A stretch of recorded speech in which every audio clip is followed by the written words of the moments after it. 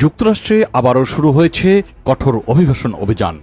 কারণ দ্বিতীয় মেয়াদে ক্ষমতায় এসেই যুক্তরাষ্ট্রে কঠোর অভিবাসন নীতির প্রতিশ্রুতি দিয়েছিলেন প্রেসিডেন্ট ডোনাল্ড ট্রাম্প। নতুন তথ্য বলছে তার সেই নীতির বাস্তবায়নে অভিবাসন অভিযান জোরদার করা হয়েছে। বেড়েছে গ্রেপ্তার, সীমান্ত পারাপার কমেছে, আর আটক সংখ্যা পৌঁছেছে সর্বোচ্চ পর্যায়ে।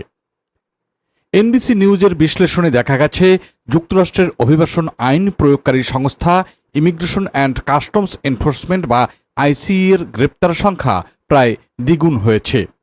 একই সঙ্গে আটক কেন্দ্রে থাকা মানুষের সংখ্যা ইতিহাসের সর্বোচ্চ পর্যায়ে পৌঁছেছে। তথ্য অনুযায়ী যুক্তরাষ্ট্রের দক্ষিণ সীমান্ত দিয়ে অননুমোদিত প্রবেশ উল্লেখযোগ্যভাবে কমে গেছে। US customs and border protection বা সিবিপি এর তথ্য বলছে, সীমান্তে নিয়ন্ত্রণ জোরদার হওয়ায় এই প্রবণতা দেখা যাচ্ছে। তবে প্রশাসন ব্যাপক গণবহিষ্কারের কথা বললেও ঠিক কতজনকে দেশ থেকে ফেরত পাঠানো হয়েছে সে তথ্য নিয়মিত প্রকাশ করা হচ্ছে না। এনবিসি নিউজ অভ্যন্তরীণ তথ্য সংগ্রহ করে জানিয়েছে, বহিষ্কারের সংখ্যা সম্পর্কে এখনও পূর্ণ স্বচ্ছতা নেই।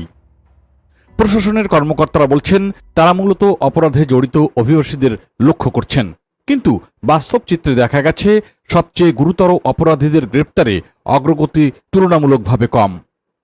কংগ্রেসে দেওয়া তথ্য অনুযায়ী 2024 সালের মাঝামাঝি সময়ে প্রায় 4,35,000 অননুমোদিত অভিবাসী ছিল, যাদের বিরুদ্ধে অপরাধের রেকর্ড রয়েছে, কিন্তু তারা তখনও আটক ছিল না।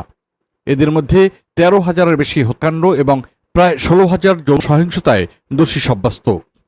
তবে 2025 সালের মে মাস পর্যন্ত আইসিই মাত্র 752 জন হত্যাকাণ্ডে দোষী এবং 1,693 জন যৌন সহিংসতায় দোষীদের গ্রেপ্তার করতে পেরেছে। এই তথ্য থেকে বোঝা যায়, কঠোর নীতি থাকা সত্ত্বেও সবচেয়ে গুরুতর অপরাধীদের ধরতে এখনও চ্যালেঞ্জ রয়েই গেছে। বিশ্লেষকদের মতে, এই কঠোর অভিবাসন নীতি একদিকে সীমান্ত নিয়ন্ত্রণে কিছু সাফল্য আনলেও অন্যদিকে মানবাধিকার ও স্বচ্ছতা নিয়ে প্রশ্ন তৈরি করছে, বিশেষ করে আটক কেন্দ্রগুলোর পরিস্থিতি নিয়ে। প্রবাসী কমিউনিটির জন্য এই পরিস্থিতি অত্যন্ত গুরুত্বপূর্ণ, কারণ অভিবাসন নীতির যে কোনো পরিবর্তন তাদের জীবন ও ভবিষ্যতের উপর সরাসরি প্রভাব ফেলে।